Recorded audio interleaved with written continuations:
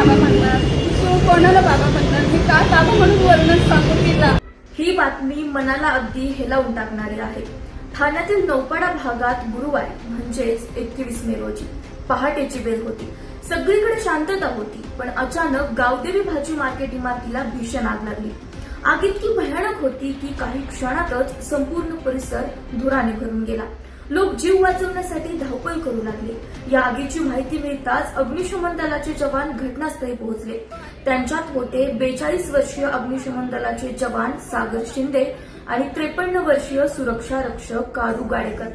कर्तव्याला सर्वात मोठं मानणारे एक धाडसी जवान.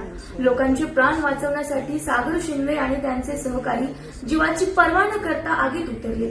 पण नियतीला काहीतरी वेगळंच मांडले होतं. आग विझवताना सागर शिंदे यांचा दुर्दैवी मृत्यू झाला आणि एका कुटुंबाचा आधार कायमचा हरपला. सगळ्यात वेदनादायक गोष्ट म्हणजे अवघ्या 2 महिन्यांपूर्वीच त्यांच्या घरी चिमुकलीचा जन्म झाला होता.